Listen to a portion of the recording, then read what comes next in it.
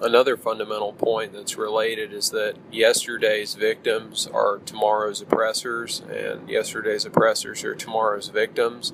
I think history shows this pretty clearly. If you think about South Africa under apartheid, the whites were clearly in a social and political situation that took advantage of the black majority. After apartheid ended and democracy put the ZANU-PF, or whatever the current big political party is, in power, Mandela and all those folks, the most radical members of that group now go around talking about, we're going to kill the Boer. And sometimes the Boers do get killed by politically active nuts, black South African nuts who want to go around and kill the Boers because of what happened under apartheid, or just because they don't like white people. So in that case, the former oppressors are now the victims. The same thing could be seen in France after World War II. The French people were oppressed by the Nazi regime under Vichy, and their political and social rights were curtailed. Well, as soon as the Second World War was over, a lot of those people went and murdered collaborators or shaved the heads of women who had been prostituting themselves to the German soldiers.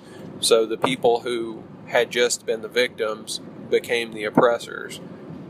Another example would be the conduct of the Tamils and the Sri Lankans during and after the destruction of the Tamil Tigers. So the Tamil Tigers campaigned for independence through terror and bombings and militancy. Once it was finally put to a stop, ended up being really bad for the Sri Lankan Tamil population. A lot of civilians were summarily executed, and there were videos circulating on the internet of Sri Lankan Buddhist soldiers who had just finished gang raping Sri Lankan Tamil women and killing them, and they're mutilating the bodies and talking, saying horrible things about the people that they've just gang raped and killed. All these conflicts breed this cycle of back and forth where you're the oppressor today and you're the victim tomorrow. In World War II with the Germans and the Russians, it was the same way. When the Germans were going through the East in Barbarossa, they did a lot of really terrible things to the Poles, the Russians, and all the people living in those territories. Well, when the Russian army came back through, when they were heading to Berlin, they raped millions of German women and killed a lot of German civilians. So whenever you see a group like these Assad supporters who got mortared and killed, mortared, by the way, not martyred, mortared and killed, you shouldn't think that just because they're on the bad side of things today that they're, somehow blameless.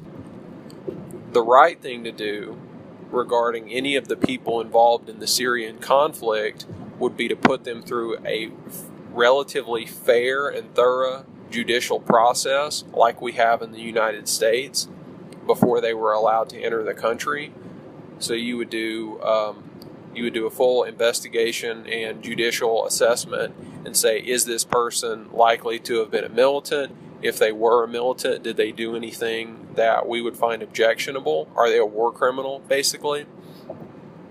Now, investigating anything that happened during the civil war in Syria would basically be impossible because there's no way to get the evidence, because it probably doesn't exist. You can't interview witnesses because a lot of them have been killed. And also, is that what you really want to spend your time and money on, is doing this the right way so that you can be sure who these people are before you let them into the country? And I would answer, no, we don't want to spend our time and money on that. And it would be above and beyond our human obligations to any of these people if we were to do such a thing. But that would be the only right way to do it. Since it's materially impossible and far too expensive, I would say, fuck it. We're not going to do that. And since we're not going to be able to do it the right way, we shouldn't do it at all. A half-assed measure, such as, hey, what's your name? Can you provide evidence on that? No. all your documents were destroyed during the Civil War. You can't prove who you are. We just have to take your word for it. Oh, you're probably an all right guy. Let's let you and your cousin and your brother and all your families in. That's not good practice. That's not a good strategy. So since we can't do it the right way, we shouldn't do it at all.